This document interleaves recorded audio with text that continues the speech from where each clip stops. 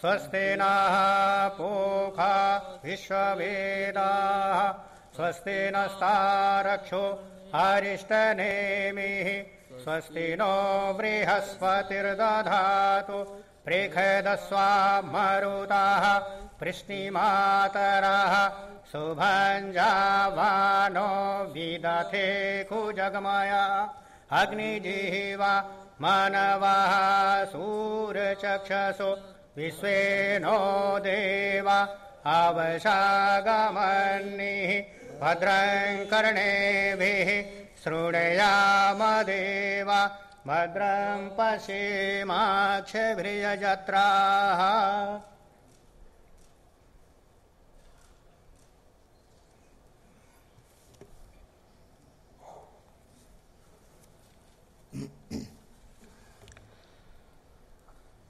आज हम सब एक ऐसे महापुरुष की स्मृति को चिरस्थायी बनाने के लिए इकट्ठे हुए हैं जिसने अपना संपूर्ण जीवन दिया, जो देशानुकूल हो और युगानुकूल भी, यानी समय के साथ कदम ताल करने वाला। इस युग के ऐसे राष्ट्र ऋषि थे श्रद्धेय नानाजी देशमुख, नरेंद्र भाई मोदी जी, जिन्होंने अपने विचारों और कर्तृत्व से पूरे देश को ही नहीं दुनिया को भी विस्मित किया हुआ है। आपके स्वागत के लिए मैं आमंत्रित कर रहा हूं दीनदयाल शोध संस्थान के अध्यक्ष माननीय वीरेंद्रजीत सिंह को। हाथ से काटी गई सूत की माला द्वारा माल्यार्पण कर प्रधानमंत्री जी का स्वागत कर रहे हैं माननीय श्री वीरेंद्रजीत सिंह जी। से देश में कितना सम्मान प्राप्त किया, यह इसी बात से प्रकट।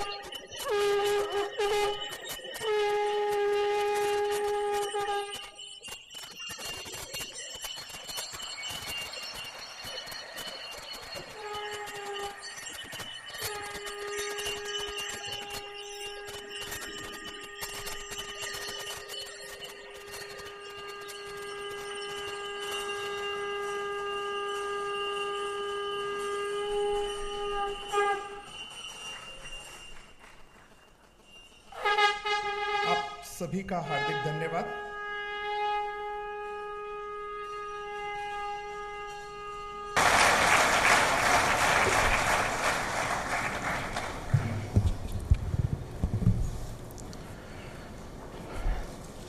दीनदयाल शोध संस्थान के अध्यक्ष श्रीमान वीरेंद्रजीत सिंह जी, आदरणीय मदन दास जी, आदरणीय दत्तात्रेय जी, मंच पर उपस्थित सभी महानुभाव और इस सभागृह में उपस्थित सभी वरिष्ठ महानुभाव, अपनों के बीच मैं अतिथि बन के आया हूं।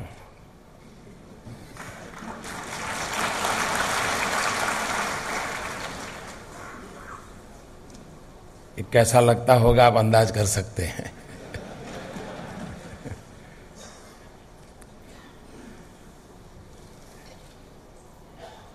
मुझे एक अच्छा लगा कि जो ग्रंथ निकले हैं, एक प्रकार से फोटो एल्बम नहीं बनाया गया है।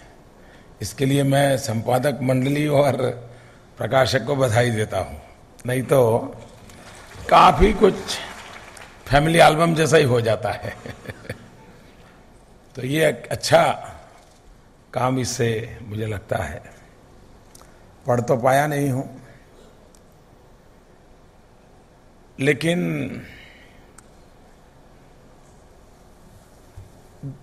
इस ग्रंथ के माध्यम से हम जितना नानाजी को जानेंगे उससे भी ज्यादा संघ परिवार की विचार यात्रा, उसका प्रोग्रेसिव अनफोल्डमेंट, समय समय रहते रहते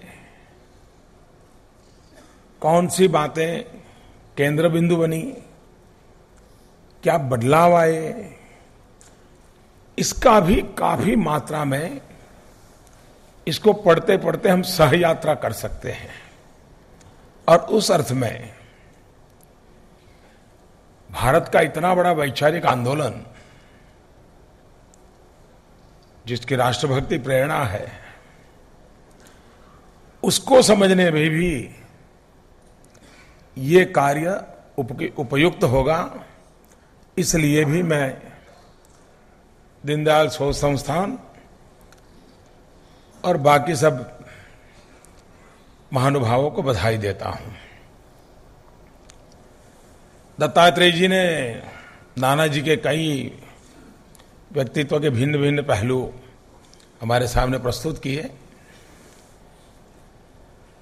संघ प्रचारक के नाते भी, प्रारंभिक काल में भी संघ की व्यवस्था से अतिरिक्त एकाध काम करना, ये उनकी प्रकृति प्रवृत्ति रही थी। और उसी के कारण शिशु मंदिर की रचना हुई, और जो आज पूरे हिंदुस्तान में एक बहुत बड़ा शैक्षणिक संगठन बन गया है पूरे हिंदुस्तान का, जिसकी नींव गोरखपुर में उन्होंने डाली थी, जबकि उनकी आयु बहुत छोटी थी।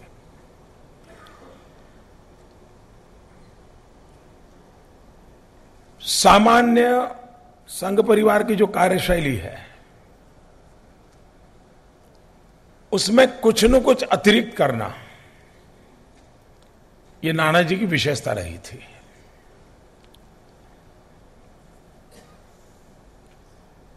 हम कल्पना कर सकते हैं कि एक संगठक के रूप में पंडित दीनदयाल उपाध्याय जी के बाद जनसंघ के संगठन के विस्तार के लिए वे देश भर में भ्रमण करते थे। भूमिका तो उनकी कोई राजनेता की नहीं थी, और न ही कभी वो अखबार के पन्नों पर उनकी जिक्र होता था उस समय। लेकिन उसके बावजूद भी पूरे संघ परिवार के बाहर का एक जो एलिट वर्ल्ड था, इंडस्ट्रियल वर्ल्ड था, उसमें नानाजी ने अपने व्यक्तित्व के आधार पर बहुत बड़ी पैठ बनाई थी, एक अपनी पहचान खड़ी की थी। और इन बड़े बड़े लोगों को भी वो किसी न किसी सामाजिक काम में जोड़ने का प्रयास करते थे। मैं तो राजनीति में बड़ी देर से आया, लेकिन पुराने जो जनसंघ के कार्यकर्ता थे, उनसे जब कुछ बातें सुनता था, तो एक मुझे घटना सुना रहे थे कि एक बार नानाजी रेलवे से नागपुर की तरफ जा रहे थे, तो गुजरात में कुछ स्टेशन पर उन्होंने कार्यकर्ताओं को मिलने के लिए बुलाया। चुनाव चल रहे थे और वो चुनाव प्रबंधन को लेकर के जा रहे थे। स्टेशन पर जो कैंडिडेट थे वो उनको मिलने जाते थे, कार्यकर्ता जाते थे, पूरे प्लेटफॉर्म को भारत माता की जय करके गजा देते थे, और फिर नानाजी एक लिफाफा देते थे। किसी की जगह पे 1500 रुपया देते थे, कहीं 2000 रुपये देते थे, कहीं 2500 रुपये देते थे। अब ट्रेन तो 2-3 मिनट खड़ी रहती थी, फिर वो कहते थे जान की बाजी लगा दो। तो वो कार्यकर्ता कहते हैं कि क्या मिजाज था, 1500 रुपया देते थे चुनाव जीतने के लिए, ये हमारा बजट रहता था, और संदेश देते थे जान की बाजी लगा दो।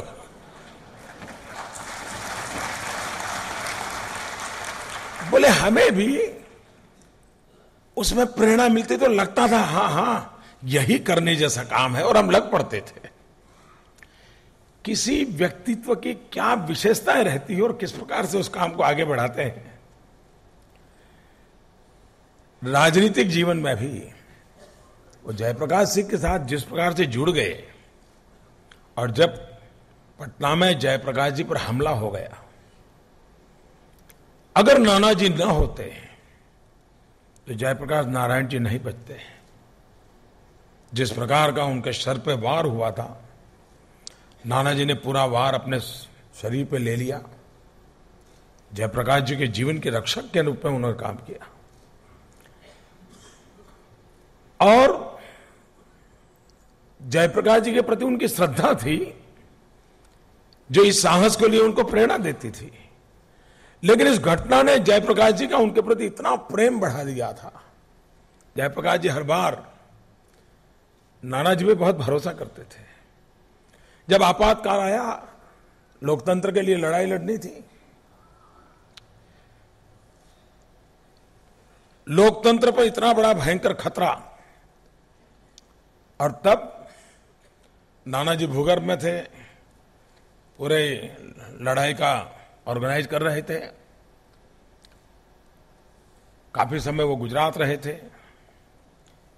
मेरा सबसे ज्यादा संपर्क उनके साथ काम करने का आपातकाल में आया।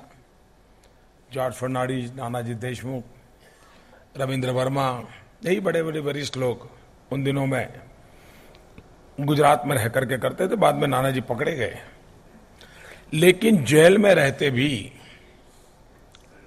संदेश वाहकों के माध्यम से सभी जेलों में जो नेता थे उनके उन्होंने संपर्क सूत्र एस्टैब्लिश किए। जेल के अंदर ही नेटवर्क खड़ा किया। और उस समय लगता था कि इंदिरा जी चुनाव देगी तो भी चुनाव जीता नहीं जा सकता। हम लोग जेल में पड़े हैं, कैसे जीतेंगे? चुनाव का बहिष्कार करना चाहिए, यह एक व्यापक मत था। उस समय नानाजी ने जेल में रहते रहते संदेश वाहकों की मदद से चिट्ठी चपाटी भेज भेज करके एक माहौल बनाया। यानी एक कुशल संगठक इतिहास के पन्नों को कैसे पलट सकता है, और एक विश्वास पैदा किया कि हमने अपने सारे राजनीतिक मतभेद छोड़ करके एक बार एक होना चाहिए। और उसी में से जनता पार्टी का जन्म हुआ,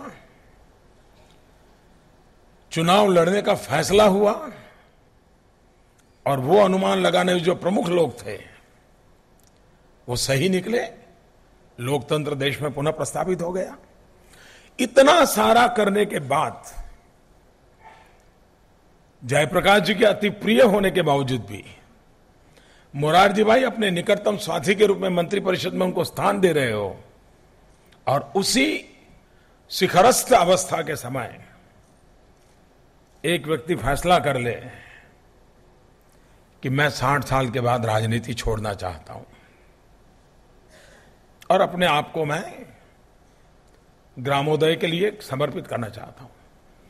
और घोषणा नहीं, उन्होंने करके दिखाया। स्वास्थ्य के संबंध में भी एक बार पूजनीय रज्जू भैया जैसे मैं बात कर रहा था, क्योंकि संघ परिवार के सभी वरिष्ठ अधिकारियों का शरीर के साथ कुछ न कुछ तकलीफ रहती है, जीवन ही ऐसा रहता है, अनेक बीमारियों का घर हो जाता है, लेकिन एक तपस्वी की तरह वो अपना काम करते रहते हैं। तो रज्जू भाई जी भी बता रहे थे कि देखो भाई, हमारी पूरी टोली में सबसे सशक्त कोई व्यक्ति है, सस्त नहीं सशक्त, तो नानाजी देशमुख है। फिर वो उदाहरण देते थे कि कहीं पर्वती पर जाना था तो सबसे पहले वो कैसे पहुंच जाते थे, ये सारी बात वो बताया करते थे। यानी इतना अच्छी तंदुरुस्ती होने के बावजूद भी 60 साल से 93 ईयर तक उस काम के लिए अंदर खपे रहे, जिनको मैंने समाज जीवन के अग्रिम पंक्ति के व्यक्तियों को ढूंढना, जोड़ना, इस काम करते देखा था। उनको बाद में मैंने किस इलाके में किस नस्ल की गाय कैसी अच्छी गाय क्या है, कौन सी गाय ज्यादा दूध देती है, गाय की ब्रीडिंग की क्या व्यवस्था है, मिल्क का क्या होता है, मैं देख रहा था कि वो इतने इन्वॉल्व होकर के एक एक चीज की बारीकाई के विषय में रुचि लेते थे। यानी ग्रामोदय के प्रति उनका जो पूर्ण समर्पण था, कल्पनातीत था। उन्होंने ग्रामोदय के साथ संघ परिवार की कार्यशैली को भी जोड़ा। उन्होंने समाज शिल्पी की एक परंपरा खड़ी की। यंग कपल्स समाज के लिए निकल पड़े, और ऐसे सैकड़ों कपल निकले, चाहे बीड़ हो, गोंडा हो, चित्रकूट हो, और भी अनेक स्थान हो जहां आज भी ऐसे समर्पित समाज शिल्पी ये कपल नाना जी ने जो राह दिखाई उस राह पर काम कर रहे हैं, अपने आप को खपा रहे हैं। यानी अपने रहते समय काम करना उतना ही नहीं, लेकिन अपने न रहने के बाद भी वो संस्था और विचार आगे बढ़े, इसकी परफेक्ट सोच नाना जी ने साच अर्थ में साकार करके दिखाई थी। वे संगठन कौशल्य में तो माहिर थे ही थे, और जैसा दत्ता जी बता रहे थे, बहुत ही परफेक्शनिस्ट थे। कपड़े वपड़ों के पूरे संघ परिवार के लोगों का रहन सहन और नाना जी के रहन सहन में बड़ा आसमान जमीन का अंतर रहता था। और उस समय उनकी बड़ी चर्चा भी हुआ करती थी कि बाकी लोग तो ऐसे रहते हैं, ये ऐसे रहते हैं। काफी उनकी आलोचना भी होती थी, लेकिन उनका वो ढंग था, उसी ढंग से वो रहते थे, और काम में भी उतना ही नीट एंड क्लीन काम करने की उनकी आदत थी। लेकिन उनका वैज्ञानिक टेम्पर भी था। हर सच बात को, विचार को वैज्ञानिक ढंग से कैसे करना। वे एक बात कहा करते थे, science is universal, technology must be local. ये उनका बड़ा आग्रह रहता था। तो एक बार मैंने उनसे पूछा कि आप इसमें कोई क्या कर रहे हो, मुझे बस समझाइए। तो उन्होंने कहा कि हम ये कुएं में से पानी निकालने के लिए लोहे की पाइप क्यों डालते हैं। मैं कहा क्यों? बोले बंबू नहीं डाला जा सकता क्या? चलो बोले मैं दिखाता हूं। मुझे वो दिखाने के लिए गए। एक्चुअली उन्होंने बंबू का ही पूरा पाइपलाइन बना दिया था, और उनका कहना था, और सत्य है, कि बंबू की बनाई हुई पाइपलाइन लॉन्ग लाइफ रहती है, उसको कोई जंग वंग नहीं लग जाती है, और वो चलता। यानी व्यवस्थाएं स्थानीय हो, विज्ञान का सिद्धांत हो, इन दोनों को मेल करके कैसे करना। और इसलिए उनका बड़ा आग्रही था कि जिस क्षेत्र की जो संपदा है, उस संपदा का ही सर्वाधिक उपयोग करके आर्थिक सामाजिक विकास की रूपरेखा बनानी चाहिए। हमने फैब्रिकेटेड व्यवस्था भी नहीं होनी चाहिए, इंपोज व्यवस्था भी नहीं होनी चाहिए। इन मूलभूत बातों को लेकर के नाना जी काम करते रहे। इतनी चेतना तीव्र थी, यानी आपने कभी आखिरी दिनों में भी उन्होंने जो चिट्ठियां लिखी है, उन चिट्ठियों में उनके विचारों की शार्पनेस ऐसी झलकती है, पता चलता है कि वो कितना, वरना 93 एज हो, कुछ तो थोड़ा बहुत इधर उधर होना संभव हो जाता है, लेकिन कतई वो स्थिति उनकी आने नहीं दी। इतनी जागरूक अवस्था में उन्होंने इस काम को किया।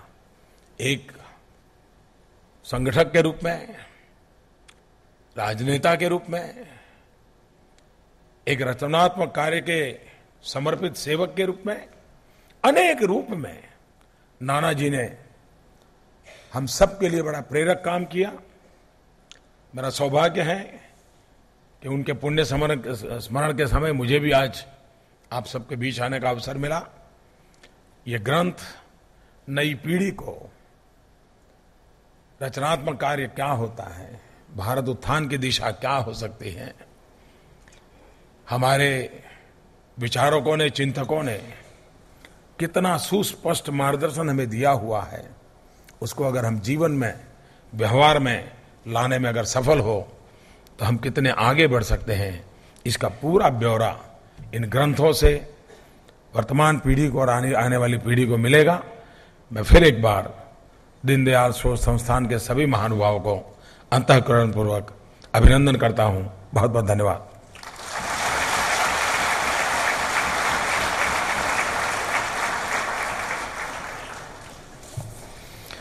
बहुत बहुत धन्यवाद माननीय प्रधानमंत्री जी। इस ग्रंथ के विमोचन के बहाने हमें बहुत अच्छे अच्छे संस्मरण सुनने को मिले प्रधानमंत्री जी के श्रीमुख से।